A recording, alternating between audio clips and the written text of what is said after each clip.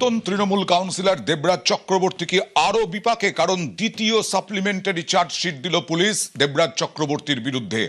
1.25 কোটি টাকা, 1,25,00,000 টাকা তোলা চাওয়ার অভিযোগ। বিস্তারিত জানবো কার কাছ থেকে এই তোলা চাওয়ার অভিযোগ, কেন, তারপরে সেই ব্যবসায়ীর কি হয়েছিল, তিনি কি দিতে পেরেছিলেন টাকা, বিস্তারিত জানবো অনুপের সঙ্গে। অনুপ, দেখো, দেবরাজ চক্রবর্তী তৃণমূল নেতা কিন্তু আরো বিপাকে, কারণ তার বিরুদ্ধে দ্বিতীয় সাপ্লিমেন্টারি চার্জশিট, সেই চার্জশিট কিন্তু বাগুড়ি থানা পুলিশের পক্ষ থেকে পেশ করা হলো। যখন 6 নম্বর ওয়ার্ডের যিনি কাউন্সিলর সম্রাট বড়ুয়া, তার সহযোগী, তার বিরুদ্ধে চার্জশিট পেশ করা হলো এবং বলা হচ্ছে যে 256 পাতায় সাপ্লিমেন্টারি চার্জশিট। এখানে 2026 সালের 25শে মে 5:20 নাগাদ কিন্তু হাওড়ার এক ব্যবসায়ী তিনি লিখিত অভিযোগ করেন, বিনয় কুমার সিং।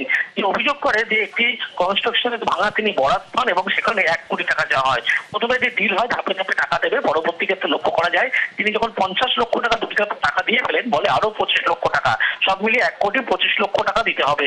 এর পরবর্তী ক্ষেত্রে যে কাউন্সিলর তার ঘনিষ্ঠ লোকজনকে পাঠায় এবং এই রফা করতে চায় এবং এর পরবর্তী ক্ষেত্রে তিনি কিন্তু সেই কাজ কোনো মতে কিন্তু করতে পারেন না। অভিযোগ, বারবার টাকা, যে অঙ্কের টাকার বরাত চাওয়া হচ্ছিল, যে অঙ্ক তোলা চাওয়া হচ্ছিল, সেই অঙ্কে কিন্তু লাভবান তিনি হতেন না এবং 50 লক্ষ টাকা তার বউয়ের সোনা গয়না থেকে শুরু করে সম্পত্তি বিক্রি করে দিয়েছিল, এমনটা অভিযোগ। পরবর্তী ক্ষেত্রে ইতিমধ্যে সেই অভিযোগ যখন দায়ের করে বাগুড়ি থানার পুলিশ, তার তদন্তে নামার পরবর্তী ক্ষেত্রে দ্বিতীয় সাপ্লিমেন্টারি চার্জশিট, সেখানে 1,25,00,000 টাকা তোলা আদায় এবং সেখানে কিন্তু হুমকি দেওয়া হয়েছিল, এই মর্মে অভিযোগ করা হয় এবং বাগুড়ি থানা পুলিশের পক্ষ থেকে ইতিমধ্যে দেবরাজ চক্রবর্তী, তৃণমূলের যুব নেতা, তার বিরুদ্ধে কিন্তু দ্বিতীয় সাপ্লিমেন্টারি চার্জশিট পেশ করলো, ফলে আরো বিপাকে দেবরাজ চক্রবর্তী। ওকে অনুপ, তুমি সঙ্গে